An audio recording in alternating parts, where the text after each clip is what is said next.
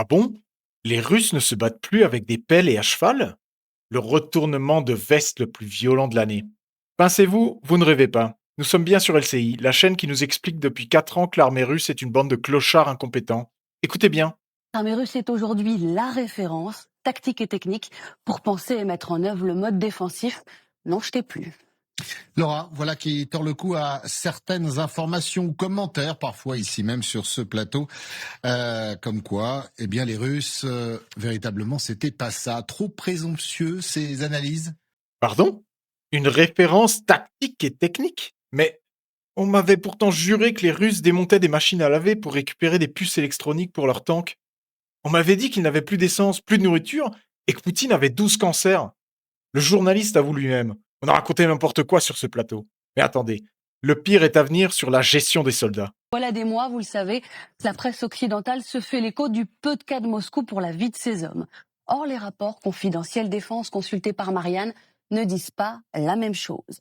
Les Russes ont aussi suggéré leurs troupes de réserve pour garantir l'endurance opérationnelle, peut-on lire.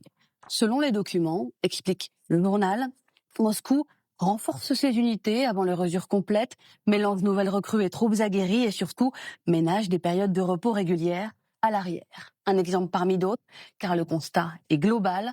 Un des rapports souligne que les sources occidentales ont tendance à sous-estimer les Russes quand les Russes pratiqueraient la maskovka, c'est un peu compliqué, consistant à paraître faible alors qu'on est fort.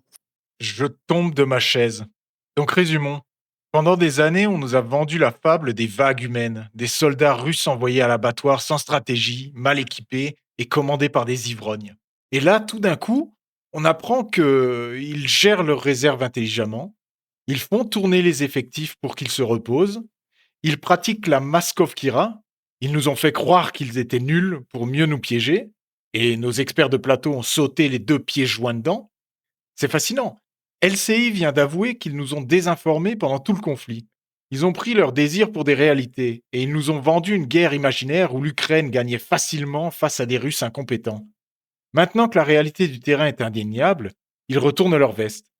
La question c'est pourquoi soudainement on veut nous faire croire que la Russie est une énorme menace? Ils ne voudraient pas nous envoyer au front quand même. Et vous vous souvenez de l'histoire des puces de lave-linge? Si vous n'avez plus confiance dans les médias mainstream, abonnez-vous.